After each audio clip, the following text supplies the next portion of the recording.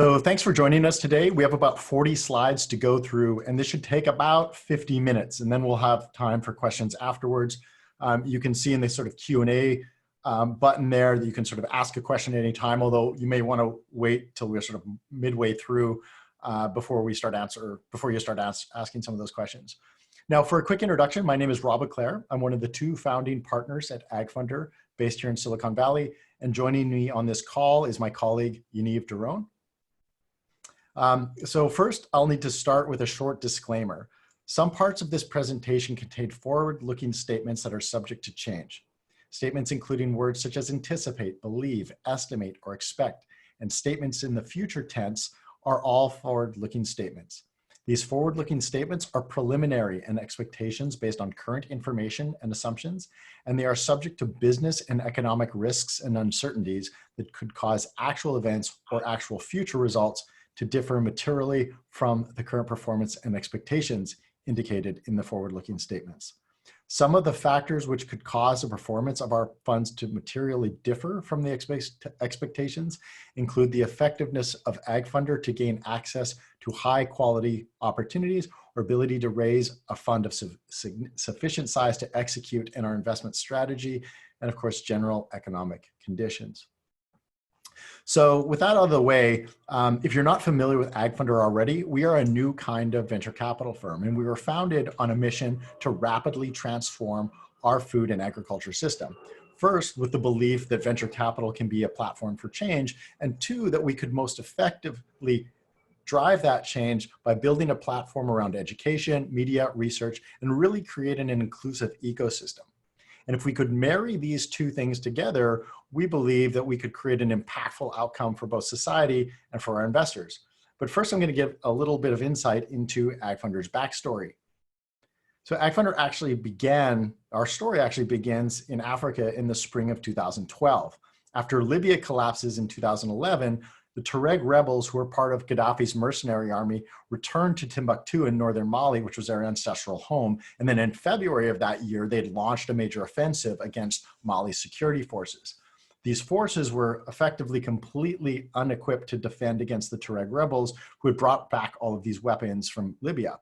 And so, angry with the support they were getting from the government, the Malian soldiers overtook Bamako, led by Captain Amadou Sanogo, who you see here, and who led the coup. And the country has really never been the same since. And this was basically the last straw for Michael and I. You see, we had spent about 3 years building a for-profit business in Africa, working with smallholder farmers, building a pilot production facility, signing up about 1,500 farmers, securing 40,000 hectares of agricultural land. And then with this coup, it really all came tumbling down. But that experience gave us also firsthand understanding that there are major challenges looming for the global agri-food sector, including climate change, failing soil, pest resistance, long and archaic supply chains, and poor nutrition. More importantly, we realized that this sector was really massively undercapitalized, and investors were disinterested and didn't see it as a sexy, viable space. And we felt that venture capital could really be this platform for change for us, but it was going to need a strong foundation and a much stronger ecosystem to bring together the best investors and entrepreneurs. And so in 2013, we founded AgFunder with the idea that a better food and agriculture system was really being held back by both a lack of investment and ultimately investor literacy.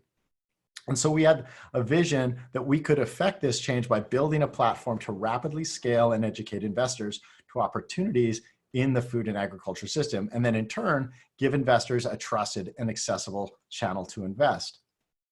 So beginning with our vision of education, we started with a media platform called AgFunder News, which many of you are familiar with.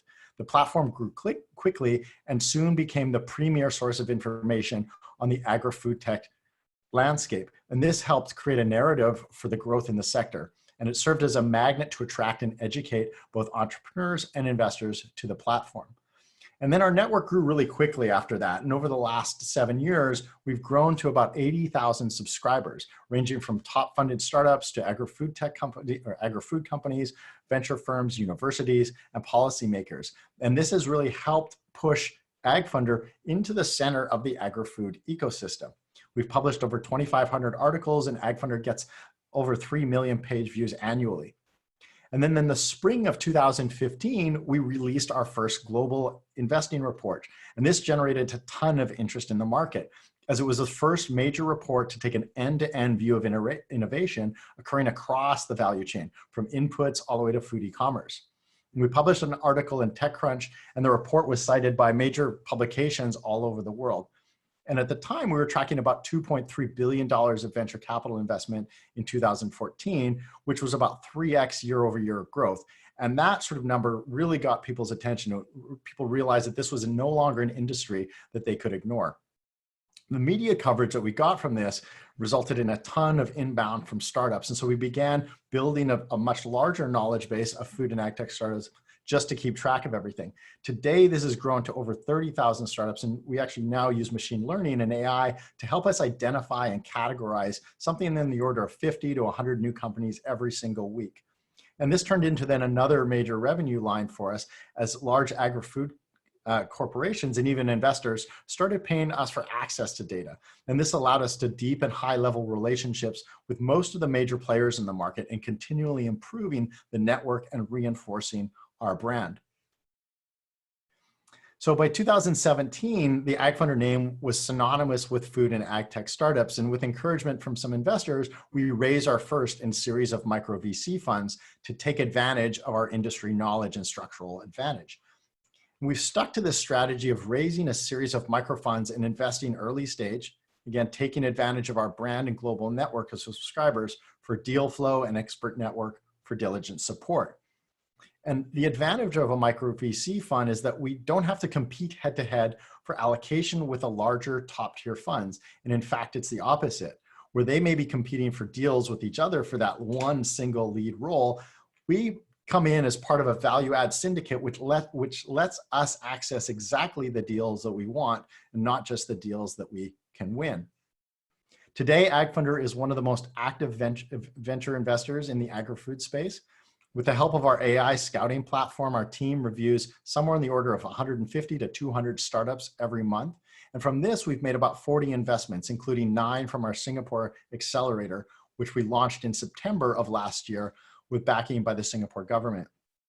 Now, more importantly, this network has enabled us to have the widest coverage and see top opportunities globally, often before other institutional investors.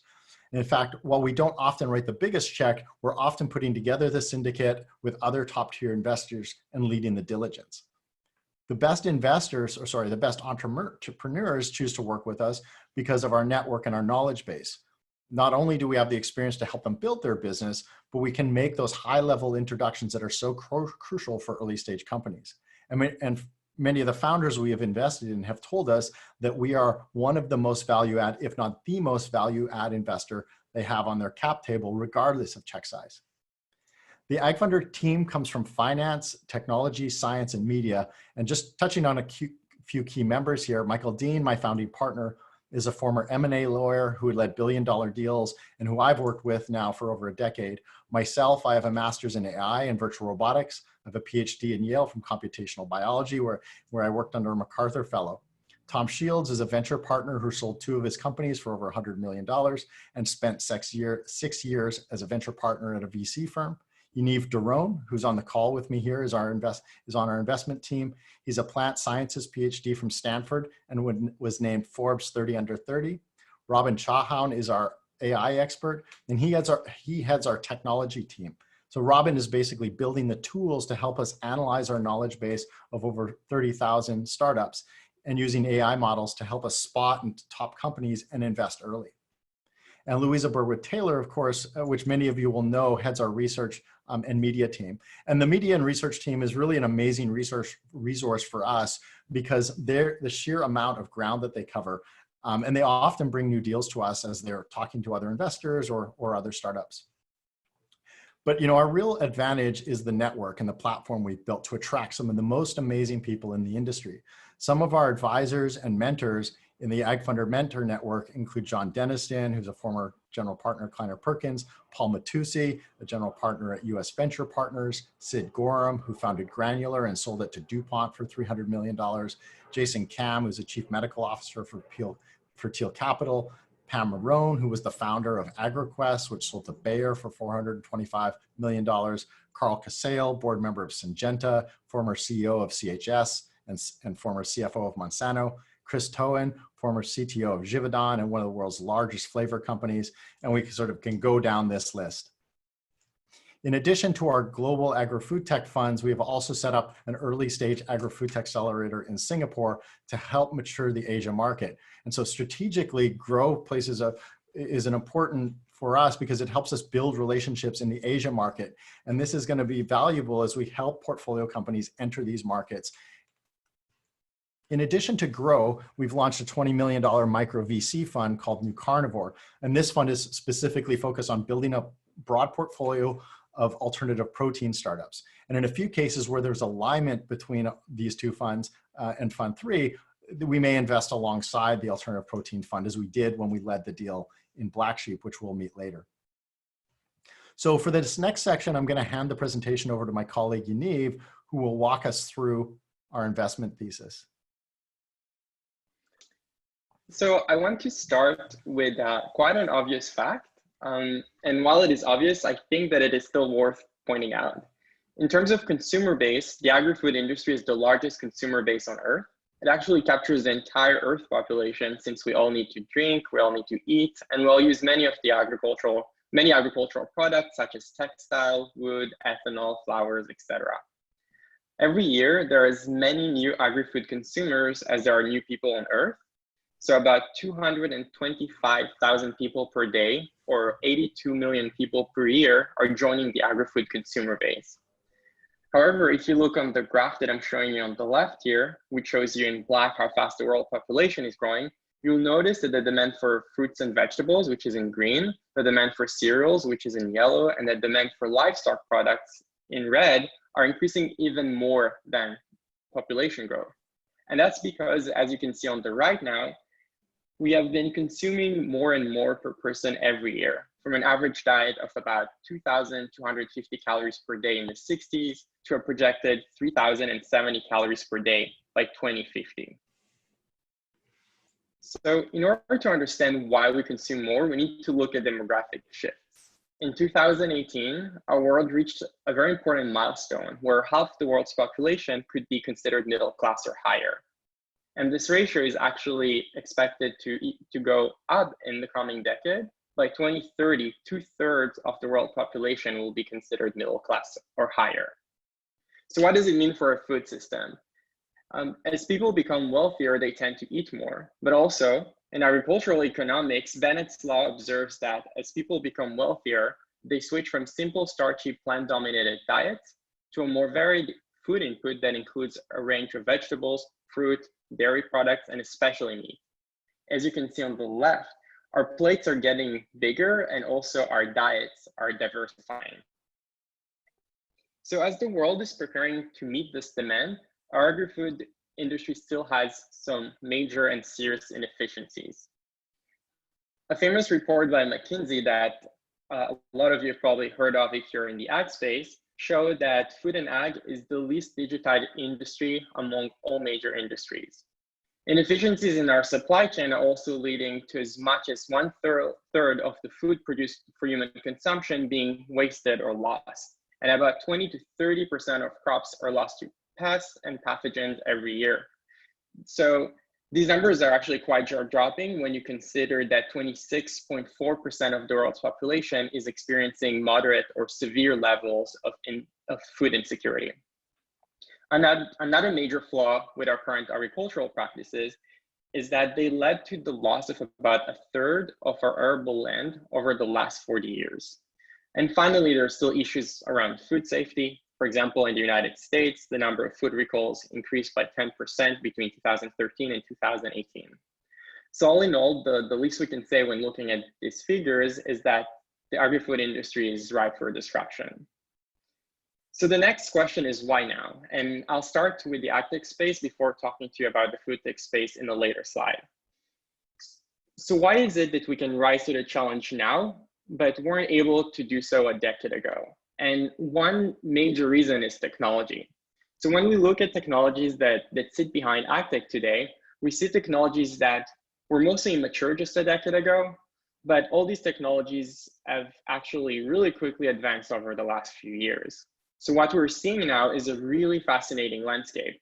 We're seeing that when the most cutting edge technologies in the world are being developed, they often look at the agricultural market as the best initial market for them. So if you take the example of CRISPR gene editing, it has been touted over the last few years as being revolutionary for healthcare. But as a matter of fact, we're not really seeing much happening there just yet. But in agriculture, CRISPR is already here. And this is because in the agricultural industry, there are less hurdles, less regulatory burden, and lower standards for metrics such as specificity than there are in healthcare. And the same logic can be applied to other technologies. For example, driverless tractors, they don't need to drive at 70 miles per hour, or they don't have to frequently switch gears. Autonomous harvesting robots that pick strawberries, for example, do not need to be as precise as robots that are used for medical procedures and surgeries. And we've all probably heard of Amazon thinking about delivery drones, but they still have many hurdles. People are concerned about noise, they're concerned about privacy issues. But in agriculture, drones don't really have those challenges, and they're actually already in the field. So while agriculture has been seriously lacking in high tech for years, nowadays you actually have to go to the field in order to see some of the most cutting edge technologies being deployed for the first time. So in order to understand where the industry is heading, we looked at what agricultural companies are investing in the most. The figure you see here is from a joint study between us, AgFunder, and BCG. Our study asked what were the top investment priorities of major agricultural companies. As it turns out, agricultural companies are looking for innovations across the board. And you can see their main areas of focus are actually quite diverse, from big data and analytics, food security and traceability, biologic, optimization hardware, sensors and connectivity, new crop technologies, and autonomous equipment.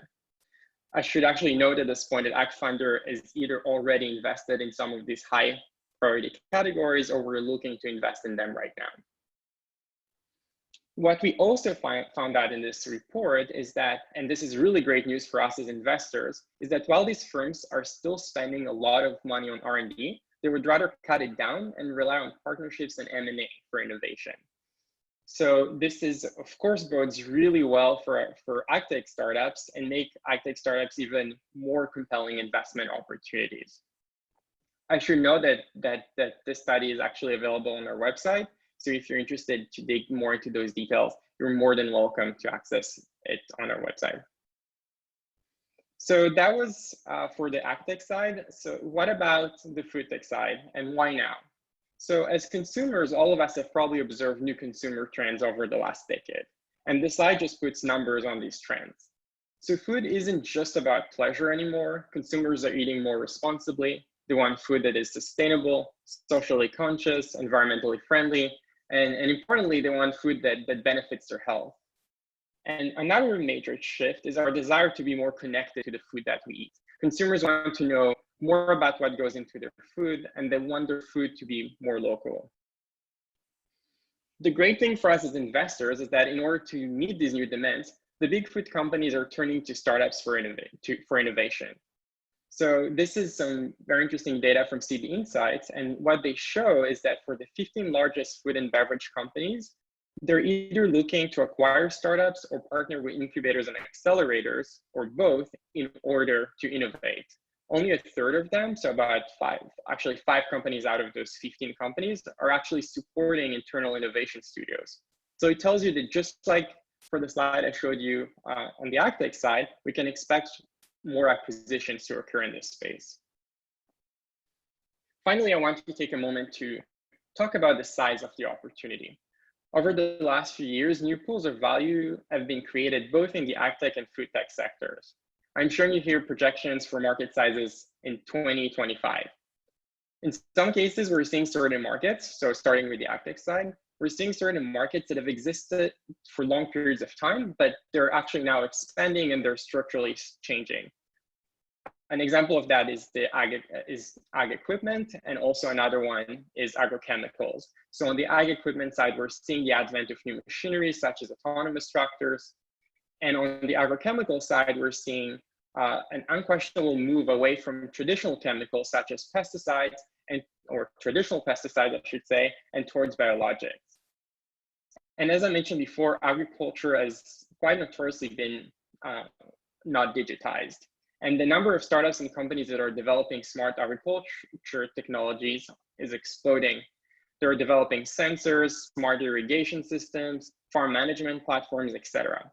And then, of course, there's still the quite controversial cannabis space. It has been growing at a remarkable pace, at a CAGR of about 33%. So all around the globe, regulations are being eased. For example, in the United States, more and more states are legalizing cannabis either for medical or recreational uses. An interesting lesson from the sad pandemic we're actually all going through right now is that most states have been considering cannabis businesses as essential, which suggests that the cannabis industry is becoming a very important one. On the food tech side, certain sectors have been exploding, and it is actually reasonable to believe that the pandemic will amplify and accelerate certain trends.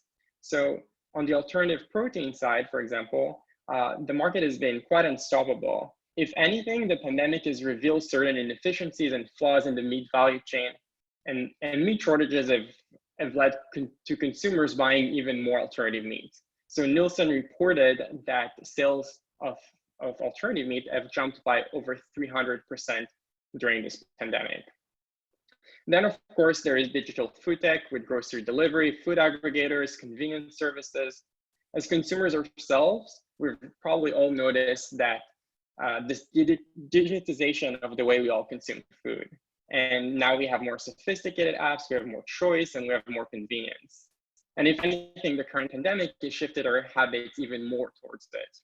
Third, just like we're seeing with automation in the ag space, we're seeing more of it in the food space as well. So with this pandemic, when it comes to food robotics, we're starting to see startups touting their non-contact and safety aspects of their food robots that would prepare your food rather than somebody who may be either sick or not following safety protocols. And finally, there's personalized nutrition.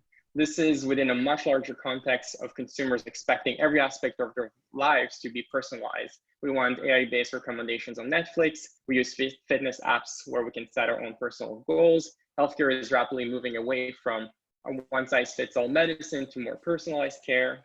And the food industry is really no exception. As I mentioned earlier, consumers are no longer viewing food for its hedonistic aspect. They want to know what it can do for them personally.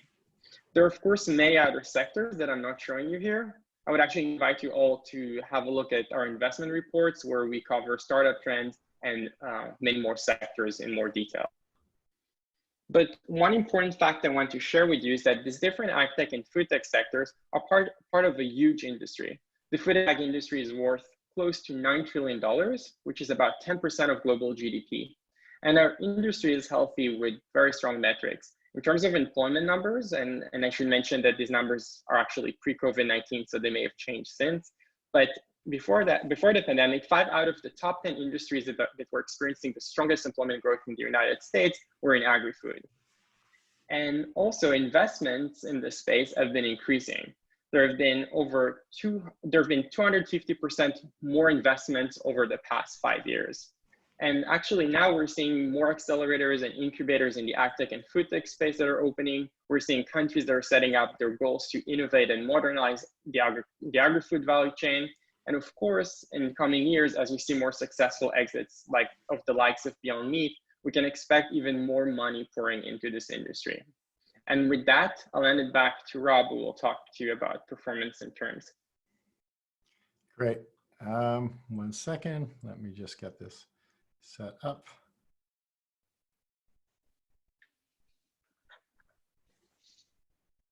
Okay. So, and just to finish up with Yaniv's comments, one of the things that we didn't discuss in the last section was the impact that investment in agri-food tech can have. You know, our team has made this our life's work because, you know, what we're doing is both meaningful and impactful. And AgriFood is interesting because it really sits at the base of Maslow's hierarchy of needs. And when you can strengthen that foundation, you get leverage to move economies and make societies more resilient. In this last section, I'm going to go over some past performance, review some of our portfolio companies that are currently in Fund 3, particularly as it relates to a new post-COVID world. As well, we will discuss some of our investment and portfolio construction strategies. So in this slide, we break out our investment performance across all investments going back to October 2017. And the chart excludes investments from our Asia Accelerator that we launched last year. In total, we've made 31 investments in 26 startups since 2017. On average, our portfolio companies raise their next funding round at a 1.96 5x valuation step up on our next investment. And while many of our portfolios have not raised new funding rounds, as everything's still quite early, or we have not marked them up because they were inside rounds with no lead investor, new lead investors, we expect this trend of to really continue. Although we believe we have the most compelling high performance portfolio in the agri-food tech space, and we certainly have an exceptional team at AgFunder, much of this is also driven by the unique platform that we've built, which gives us structural advantage to both see and win allocation in the very best opportunities. Today, AgFunder's Fund 3 has 11 companies in our portfolio, and we're closing on 2 others. And 4 themes that have really emerged from this include automation, digital marketplaces, alternative proteins, and nutrition. And so in this next section, I'm going to sort of talk about it specifically because these are sort of also emerging and critical trends in response to our need for a more resilient food system during COVID-19. So a study out of China found that obesity was associated with 142% higher risk of developing severe pneumonia among COVID-19 patients. And in New York, 38% of patients that were hospitalized with COVID-19 had diabetes. And so this is really a call for us to take action on nutrition and dietary health. And going after sugar may be one of the biggest opportunities that we can have for improvement. But whether there's lots of very good and low-cost sweeteners used in beverages, we really haven't come up with a low-cost, healthy option for replacing sugar in foods, at least not in a way that maintains the important functional properties of sugar like bulking, browning, fluffing, and texture.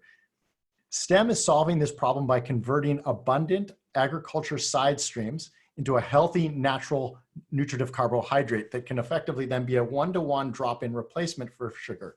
It has a low glycemic index, and it has 40% less calories than sugar. And the team believes that they can bring this cost down to the cost of sugar or potentially below that. And that's about 30x cheaper than today's best sugar substitutes. STEM came out of Y Combinator in 2018, and Tom Simmons, the founder, did his PhD at Cambridge. The round was anchored by Felicis Ventures, who were investors in Bonobos, Fitbit, Shopify, Flexport, Ginkgo Bioworks, and Planet Labs. Now, a more resilient food system is also going to require more local food production, and greenhouses are one of the best tools that we have. Today, there are over 1 million acres globally in greenhouse production, and the market is growing annually by 8.5%. And greenhouses have made Netherlands, with a population of just 17 million people, the second largest food exporter by value. But one of the major challenges for greenhouses is labor. Root AI is solving this problem with robots that pick fruits and vegetables in indoor environments. Their business model is robots as a service, which allow them to come in and work side by side with manual laborers and get paid for the work that they do. Josh Lessing, the CEO, was a director in research for Soft Robotics, and this is a company that's widely used in fulfillment centers for retrieving, picking, and sorting bins from unstructured packaged products. And it was actually Josh's research while he was a postdoc at Harvard that Soft Robotics was based on. Root AI seed round was led by First Round Capital, who was the seed round, who led the seed round in Uber. Labor is also becoming a paramount issue as greenhouses, packing plants, and farms close due to coronavirus, and labor availability becomes more uncertain. Verdant Robotics is developing a robotic solution starting in high-value crops like apples, and they're starting with the simplest problem they can, automating spraying for pollination and apple thinning. And their plan then is to go from there and move on to other crops. Verdant is really probably the best automation, one of the best automation teams in the world. Gabe Sidley, the founder and CEO, was the CTO of Zoox, a $3.5 billion driverless car company, and he did his postdoc at Oxford, working on autonomous robots and perception. And their engineering team were senior engineers at NASA, working on the Mars rover, Waymo, working on autonomous driving systems, and Cruise Automation, which sold to GM for $1 billion. The round was led by DCVC, which is an investor in Uber, Pivot Bio, Blue River, Planet Labs, and Zymergen. So Nielsen reported recently that the retail sales of plant-based meat alternatives jumped 354% for the last 2 weeks of March. And that compares to about 75% growth for fresh meat. And this was before the meat packing plants started to close. Alternative proteins really mark a significant shift in how consumers are getting proteins. One of the 2 alternative protein companies we've invested in out of Fund 3 is Black Sheep. And what they do is they make ground lamb. And I don't care how much you think you like lamb, this easily competes head to head with Impossible Foods or Beyond Meat. It's really that good. And Black Sheep's insight is that much of meat's flavor actually comes from the bioaccumulation from the nutrients that are in the diet of that animal. And so rather than being an approximation or a simulation of lamb, Black Sheep has been able to reconstitute the flavor of lamb from the plant compounds in the diet that they eat.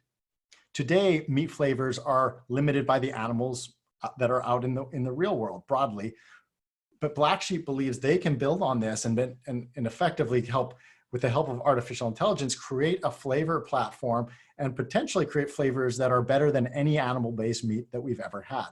The founders came from Finless Foods, and the CEO is an ex-product manager at Amazon and is an MBA from Kellogg. We led the seed round on Black Sheep and brought in Bessemer Venture Partners into the syndicate, which was an investor in Pinterest, Shopify, LinkedIn, Skype, Yelp, and more.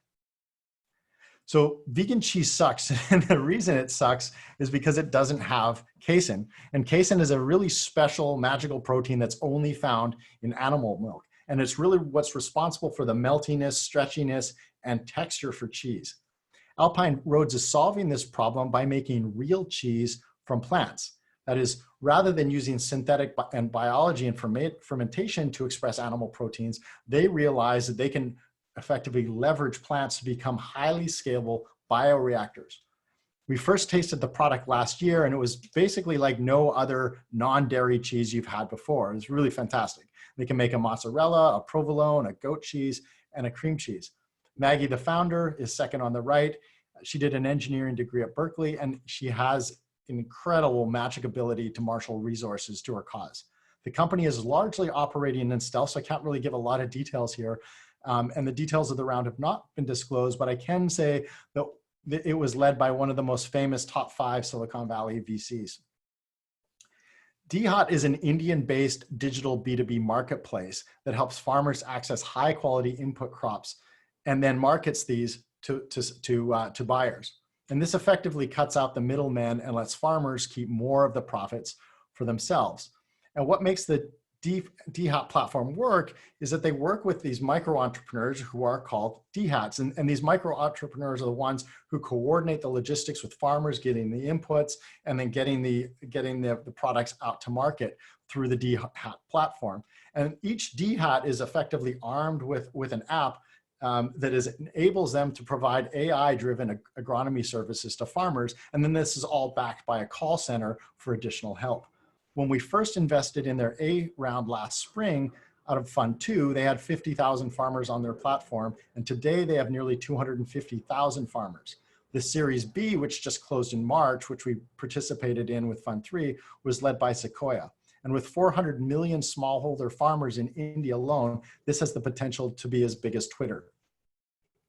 Overall, the fund aims to generate a 3x return for investors by investing in those startups which could effectively potentially return the entire value of the fund. And so by focusing on startups that have the potential to generate these high multiple returns, 10x or 30x, we can start to bake in significant margin for error that then permits a higher failure rate.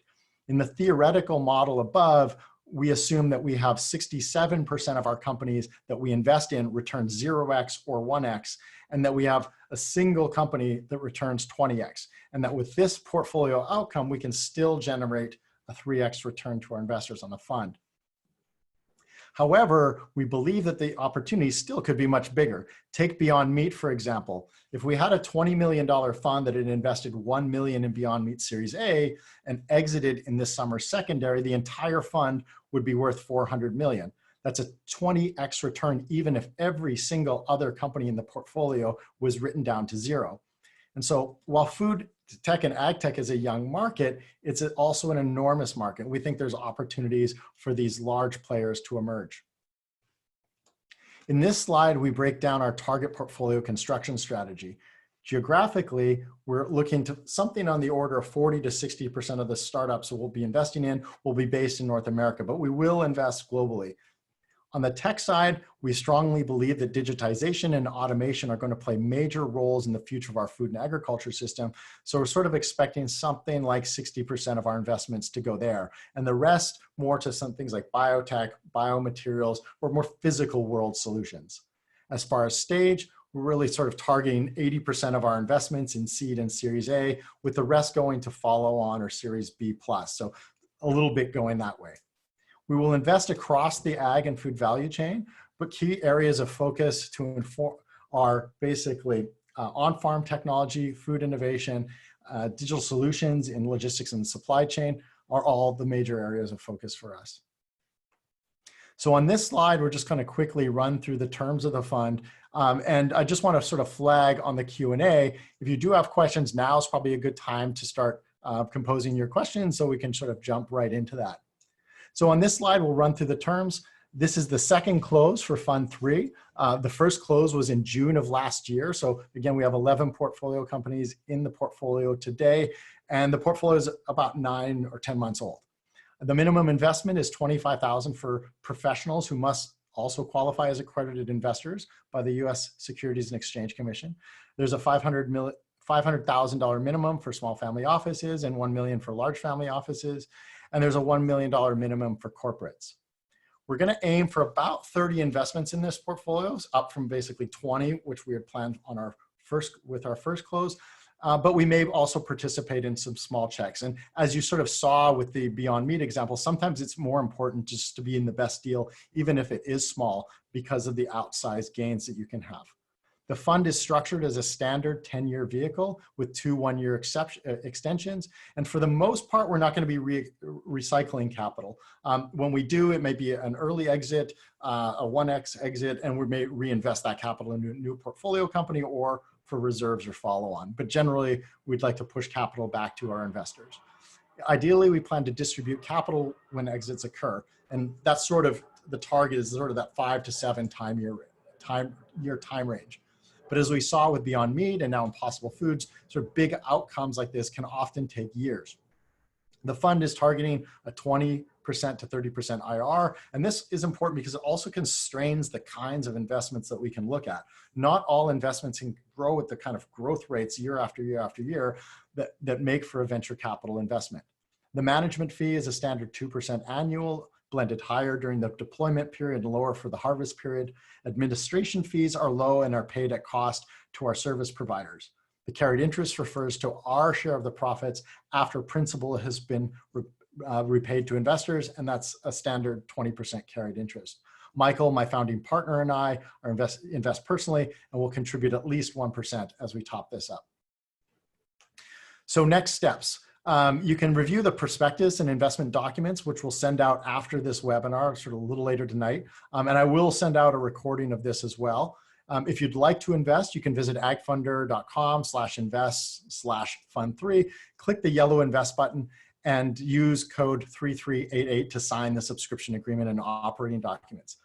After we've verified that you qualify as an accredited investor, we'll send out the capital calls. And for investments under $100,000, 100% of the investment will be due at close. Of course, if you have any questions, you can feel free to contact us at any time at funds@agfunder.com.